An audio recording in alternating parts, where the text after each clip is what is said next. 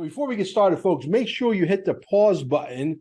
Okay, go down below. There's a Rumble link. Go over to Rumble and follow us over there. QFS1776.com is, without question, the holy grail of what's to come. Okay, T-shirts. You got to get yourself decorated. This way people will ask you, what is XRP? What is the quantum financial system? What is this? What is that? And you send them where? To QFS1776.com, where they need to immerse themselves, because we're going to burn down this system down to the ground. And out of the ashes will rise the phoenix. There'll be nothing to go back to. Believe me when I tell you that. Also, our Telegram groups down below. If you want to learn what's coming and you're sort of a little scared, I understand. Believe me, I was there too at one point.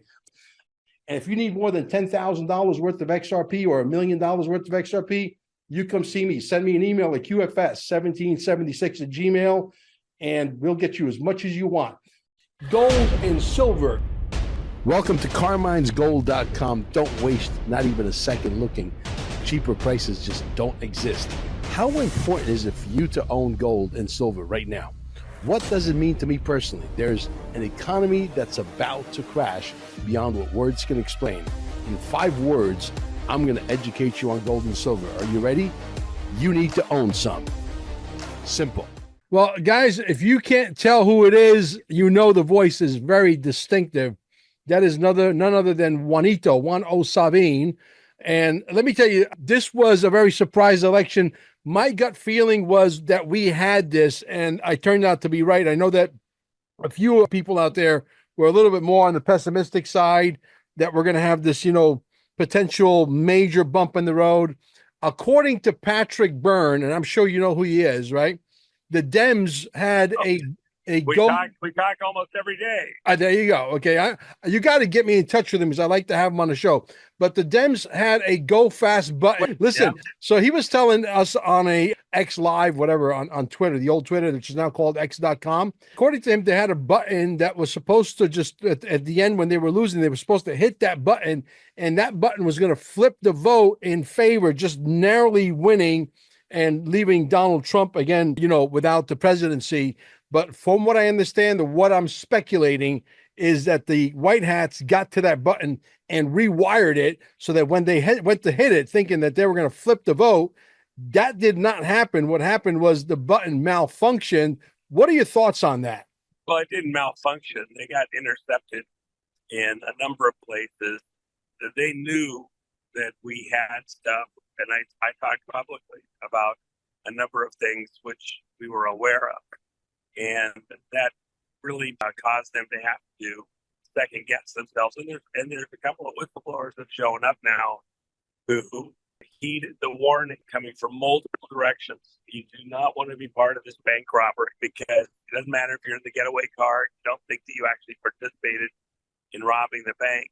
If you're involved in any way, you're going down with the rest of them. And this is, it's evolving pretty good, quite a bit there. But they're not going to give up.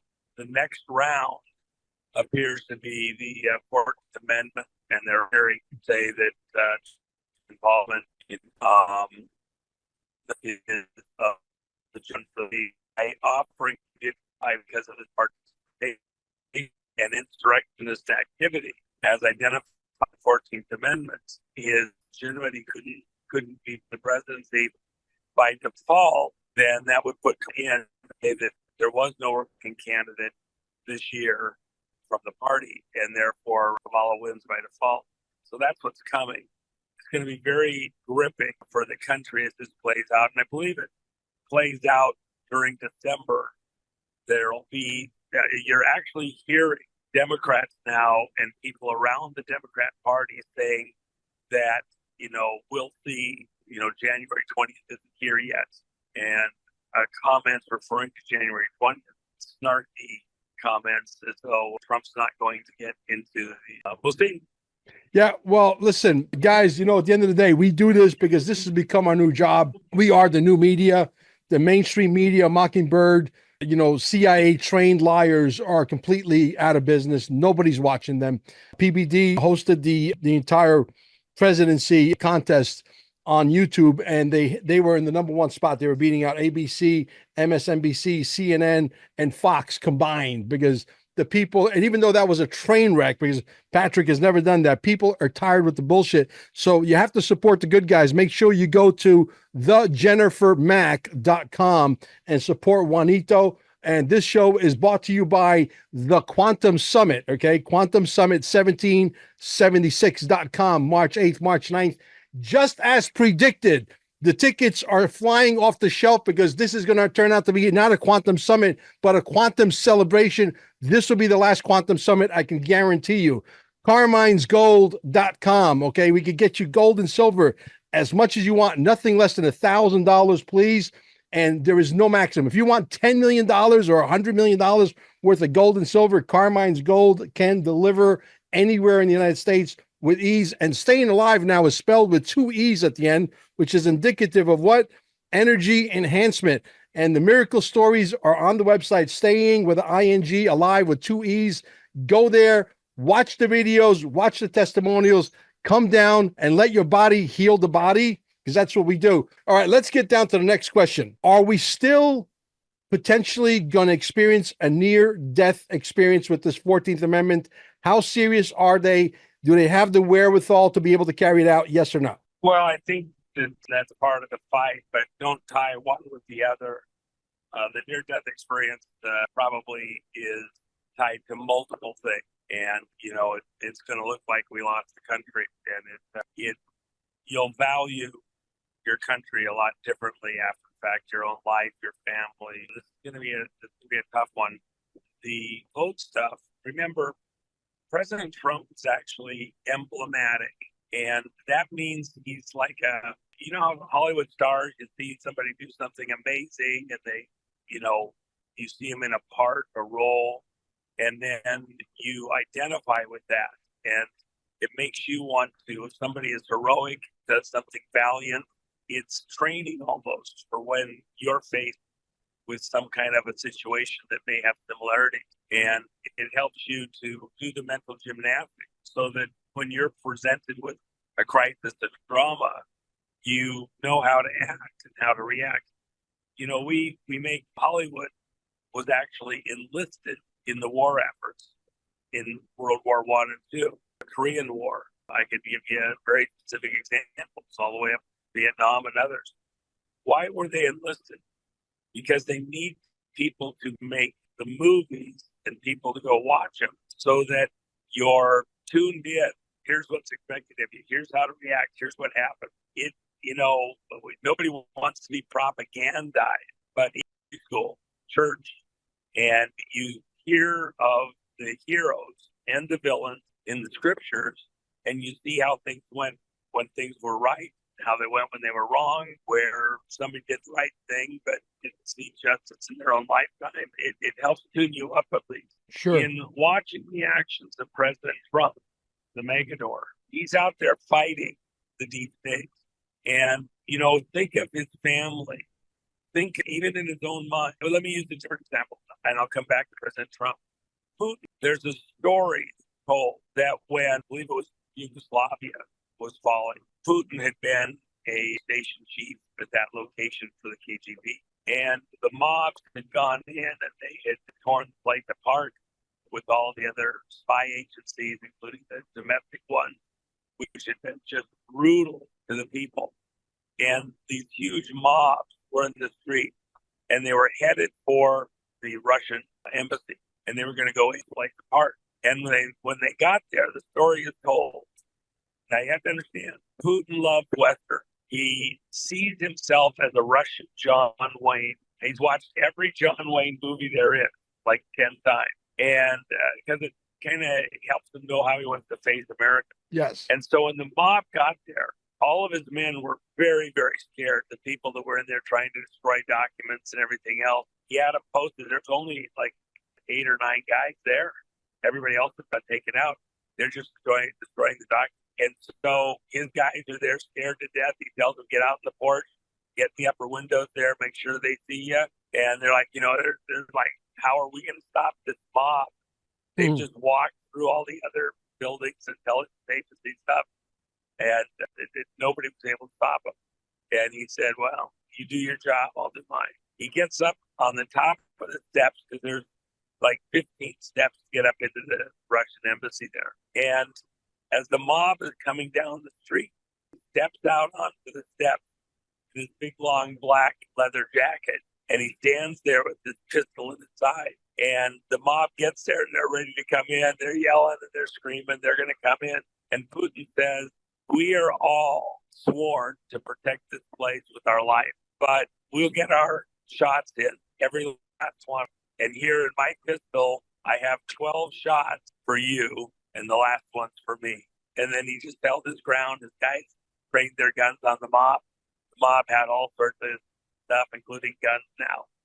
And they turned and went back up the street and left, okay? That story, whether it's true or not, is told all over Russia with all different kinds of variations. Remember, Russia at that time period after the wall fell was extremely despondent. They had lost their heart.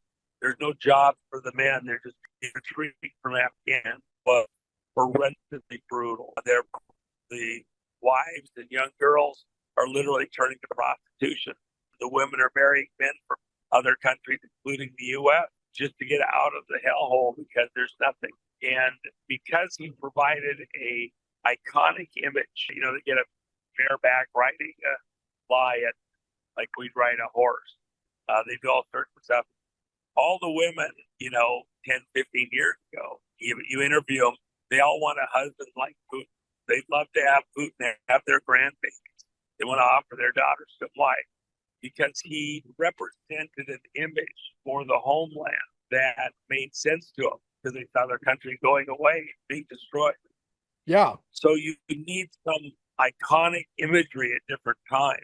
Yeah. Trump is providing that imagery. But Bingo. Here's the thing you got to remember in all of that. The imagery helps, but it doesn't do the work at the street level. When I show Trump as the Megador, what you have to remember is that we're all Megadors in this situation. We're all facing down the deep state within this arena around us. He just happens to be in the biggest arena of all, and he's shown the nerve, the presence, the determination, the aggression. He's had to stick to it. Look, here's a guy, 77 years old, and he campaigns harder times 4 than the next 10 Democrats combined. It just doesn't stop. And everyone, you go listen to him at the rally, you say, man, he must have got a little rest last night. He's better today.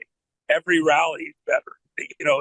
He'll be an exhausted guy, because between rallies, he's on the plane. They've got guests on the plane that are interviewing him.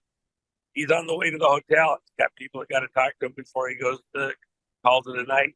He gets up in the morning. They got to have another private meeting with him, and he's having his first cup of coffee. And on top of all that, he's still got to, get a shower, get dressed, make sure everything's right, change halfway through the day so it doesn't have a bunch of wrinkles or starts thinking. It's unbelievable just how complex this was. And he's not backing down. He's not letting up. He's not easing up in any way. And he's going for the goal. We have to take out the deep state. And then I tell you, he knows that this isn't over, that we let everybody have a deep breath. It was fantastic. We won the campaign and the vote. He won the popular vote and the electoral college vote. That's going to make it even harder for Democrats to discredit him. Yeah. But they're going away forever. If he's allowed into office, their lifespan. Oh, I think he's made that very clear. I think he's made that very clear, loud and clear. He went on national television, through the internet, et cetera. He said that there's going to be hell to pay. I mean, he didn't say it exactly in those words, but you know exactly what he was talking about. As a matter of fact, I got a few clips here that if you got time, we'll play a little later down into this interview that are very short and sweet and right to the point that make exactly my point. But this Operation Warp Speed transition team is already in place. This is going to be a completely different game than 2016, 2017. Hold on. Before you go there, what I want everybody to understand, once he gets there, it will go very rapidly, much, much faster than anything that happened previously. But we're not going to get there right away.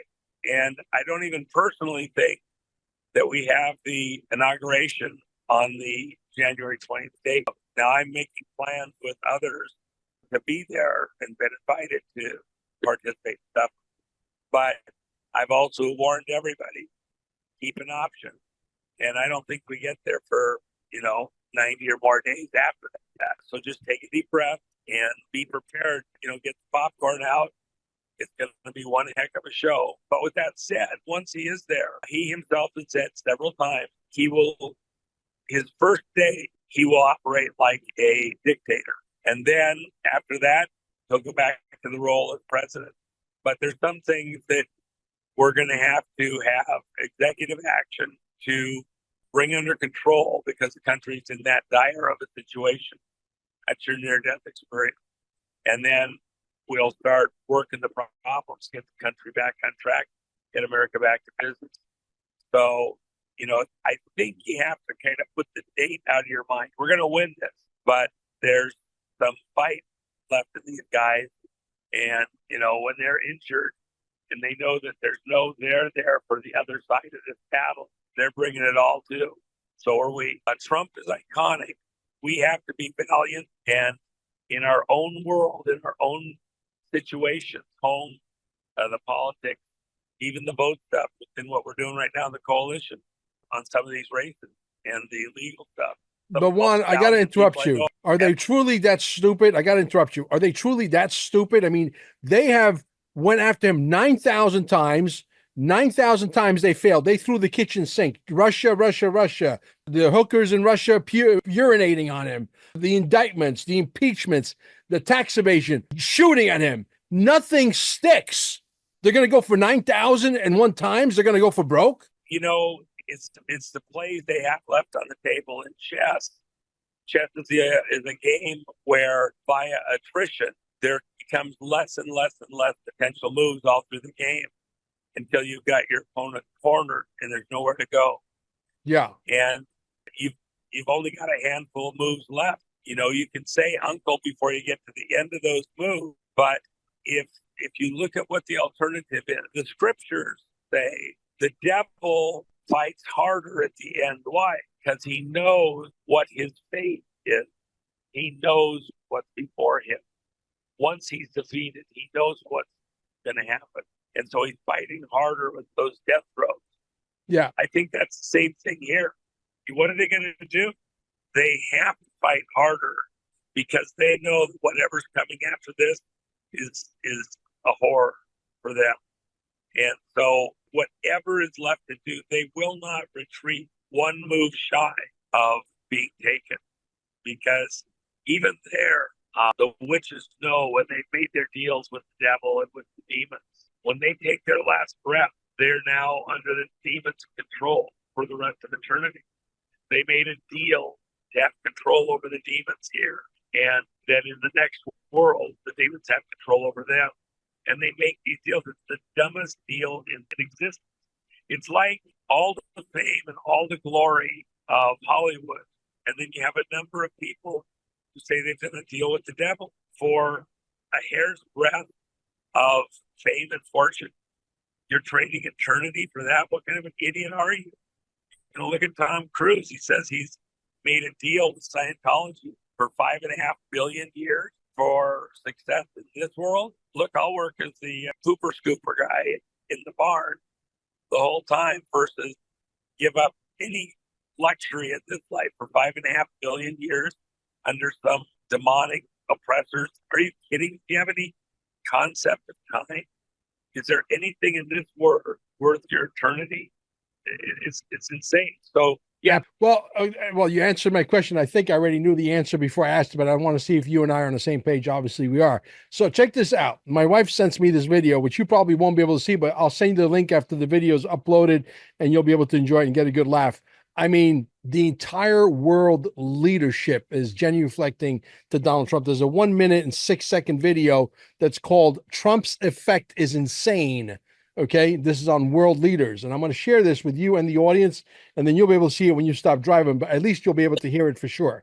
It's only 1 minute. It's got 84 million, almost 83 million, 85 million views, and it's been shared almost 80,000 times on x.com. Check this out. All right, let's hear it. Let me know. Donald Trump's not even president yet, and have you seen what's happened in the last 48 hours? The misogynist appoints the first ever woman to be chief of staff. The Taliban announced they want peace with America and to be taken off the terrorist list. Putin came out and said that Western civilization is not an enemy. Mexico has started securing the border in, of course, response to tariff threats. Saudi Arabia is kicking out all of their Hamas leaders. New York is cleaning up their illegal migrant crisis. Xi Jinping came out and said he wants to peacefully coexist with China and said that they respect American people. The European Union chief finally came out and said, hey, America, can we start buying LNG from you so they stop buying from Russian gas? Putin says he takes Donald Trump's plan to end the war with Ukraine very seriously, and Russia supports it. The Houthis are stepping back. The Hamas called for an immediate end to war. He's calling for term limits in from Congress so that way people like Nancy Pelosi stop being forever members. Stock markets and crypto hit all-time highs. He sent Kamala Harris and Hillary Clinton into depression. Because of all of this amazing news, white, liberal, ugly women are now refusing to have sex with men. America is in fact being made great again. Donald Trump's... You gotta love the ending of that, right? Liberal women, ugly liberal women are threatening to stop having sex with men. Like, that's going to make a difference. The actors are saying they're moving out. Do you think that the guys like, I don't know, Robert De Niro and all these, crazy actors over there in Hollywood are going to move out? Do you think George Clooney is going to move out? Do you think Tom Hanks is going to move out? Do you think any of them are going to move out? Wait, let me just add one thing. Mm-hmm. And I should qualify what I said just a second ago. We have a lot of people out of the gay community that are very conservative. They want a lot of stuff. But I'll tell you what, they know the difference between something that's healthy and something that's unhealthy. So basically, Operation Warp Speed has started. He's putting together a transition team that is nothing like what happened in 2016, 2017, when he was being advised by all these like Fox News guys like Hannity, who was a disaster, and bringing in all the wrong people that were basically swamp creatures, etc. This is he's making no bones about it. Listen, when he's bringing in guys like RFK and potentially Elon Musk, and God knows, maybe the next guy to come in could be Patrick Bet-David from PBD Network, and all these different kind of people who don't have a lot of experience in politics, but boy, are they good business people. I think the the fun thing is he had some interesting folks out at Mar-a-Lago this week looking for certain positions. One of the tongue-in-cheek ones, I think it's a Babylon B thing, but it was fun to hear. Alex Jones as the press secretary. I heard this. It'd be great. I think that Carrie Lake or Laura Logan would be outstanding. I agree for that position. But let's just see what happens. Laura Logan happens to be a very good friend of mine who I met on an airplane sitting in first class back from Costa Rica, Barbara, who breeds $1 million thoroughbred horses that she sells to people in Dubai and Abu Dhabi and Saudi Arabia and so on. And she breeds the horses down in Costa Rica. So it's a small world. Are you friends with her, by the way? Laura and I have been friends for a very long time. Her husband and I have done work together. They're tremendous friends. Yeah. Well, for all you guys that really don't know Juan OSavin and, you don't like his long-winded answers, I met the man in person, and not to blow smoke up his butt, because I don't do that. But the reality is, this is a very serious dude and a very, very important person in this fight. And I could tell you that him and I hit it off immediately from day one when we did our very first interview. When we met in person, the deal was cemented. I mean, I think the world of you, Juan. And I want to share one more video with you and see where you won't be able to see it, but you'll be able to hear it. And tell me what you think about what Russell Brand is saying here. I think it's pretty freaking wild, to be quite honest with you.